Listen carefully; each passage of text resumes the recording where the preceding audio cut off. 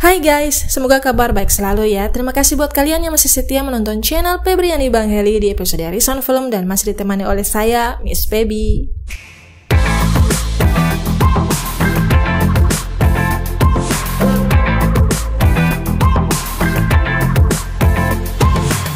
Untuk yang baru bergabung, Miss Feby ucapkan welcome dan jangan lupa untuk klik subscribe ya biar tidak ketinggalan kisah-kisah nyata di balik sebuah film. Kemarin ketemu film horor yang sudah pernah ditonton juga sih, jadi ini yang kedua kalinya.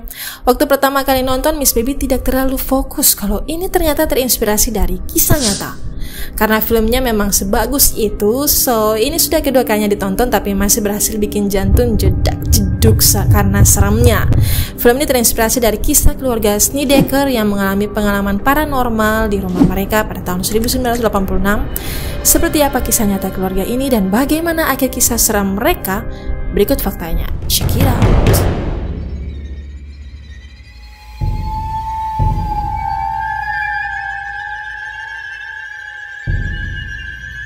The Haunting in Connecticut adalah film horor supernatural yang dirilis tahun 2009. Film ini didasarkan pada kisah nyata keluarga Snedeker yang mengalami pengalaman paranormal di rumah mereka di Southington, Connecticut pada tahun 1986.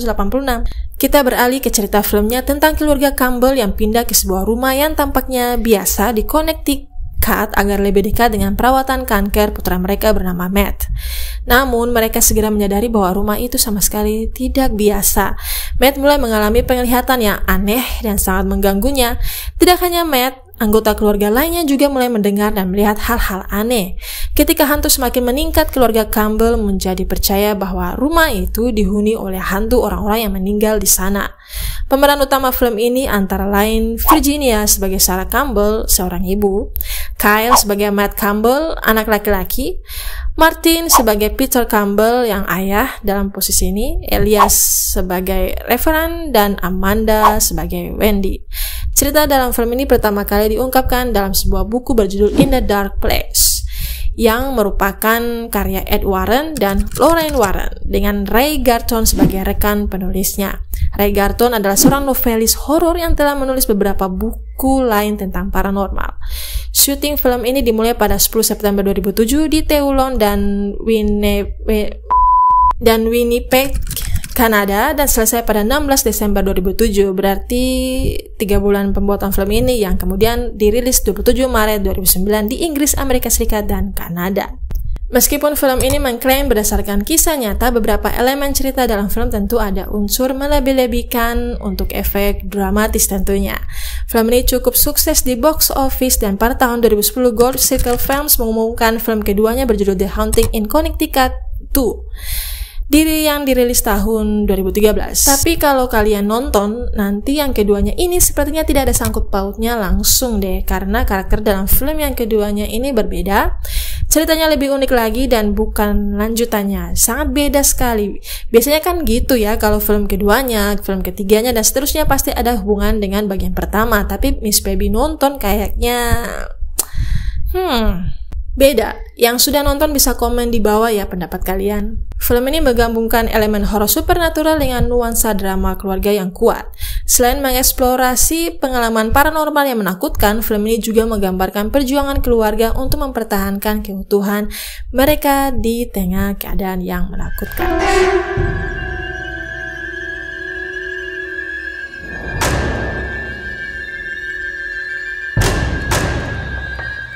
Penulis buku yang jadi inspirasi film ini adalah Ed dan Lorraine Warren yang merupakan sosok sangat terkenal dengan kasus-kasus mereka di dalam bidang roh dan demonologi. Bernama lengkap Edward Warren Mainey meninggal pada tahun 2006 dan Lorraine Rita Warren yang meninggal tahun 2019. Mereka berdua adalah penyelidik paranormal Amerika dan penulis buku yang berhubungan dengan kasus tempat berhantu yang menonjol.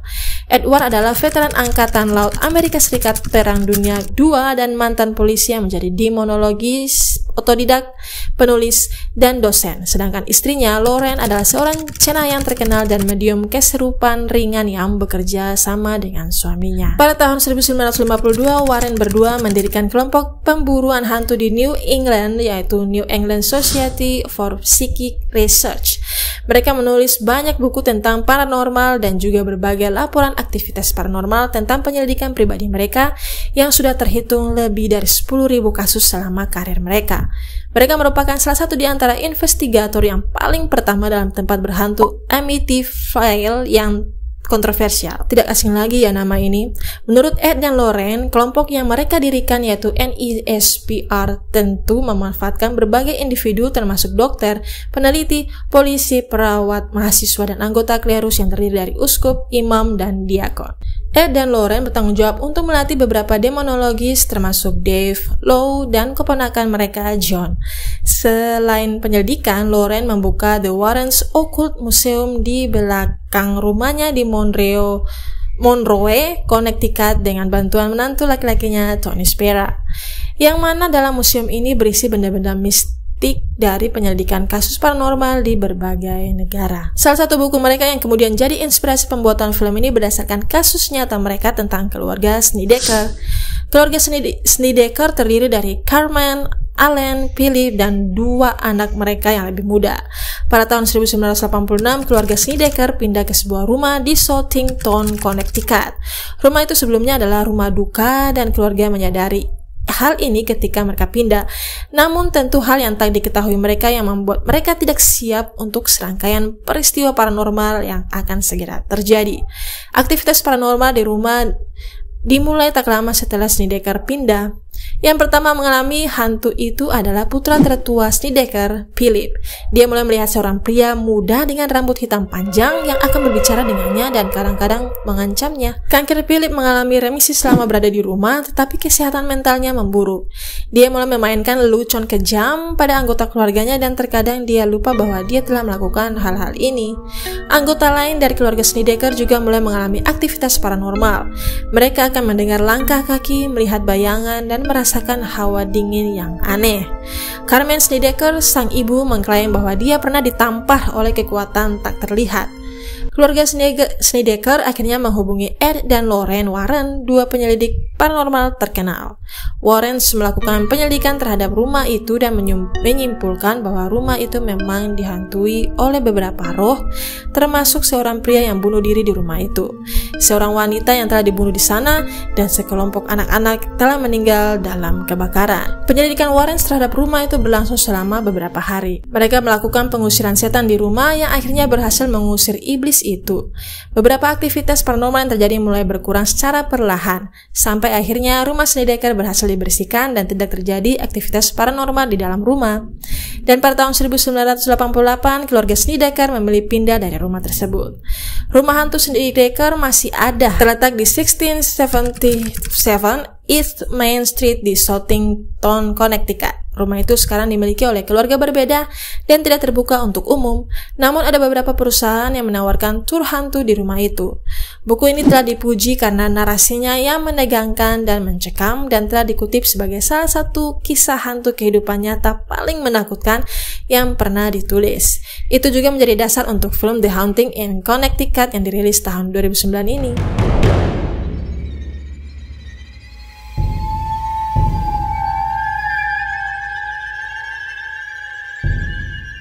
Selalu tidak ketinggalan untuk soundtrack filmnya nih guys. Film horor ya. Kali ini apakah ada?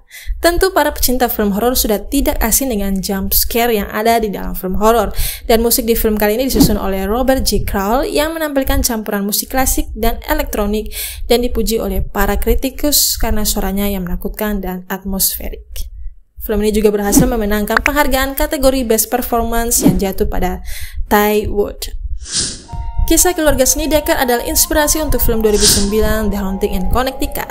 Film ini bukan penggambaran yang akurat sepenuhnya dari peristiwa nyata, tetapi menangkap esensi dari pengalaman keluarga, menyeramkan tapi yang menawarkan pesan yang sangat menghibur. Tidak peduli keanehan yang kita alami, Tuhan tetap memegang kendali, dan Tuhan dapat melakukan beberapa hal yang sangat menakjubkan di tengah-tengahnya. Pada akhirnya tergantung pada selera pribadi kalian dalam menikmati film The Haunting in Connecticut.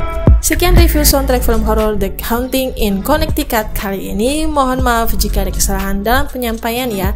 Dan terima kasih sudah menonton video ini hingga selesai. Dukungan kalian berupa like, komentar berupa saran dan kritik yang membangun, juga share video ini ke orang terdekat kalian di sosmed sangatlah berharga guna membangun channel ini. Klik subscribe lalu klik lonceng di sampingnya buat kalian yang baru bergabung di channel ini ya, agar kalian tidak ketinggalan rekomendasi film berdasarkan kisah nyata lainnya dengan soundtrack-soundtracknya yang tak kalah keren versi Miss Baby. Nantikan video Miss Baby tiap hari Rabu ya. See you in the next video.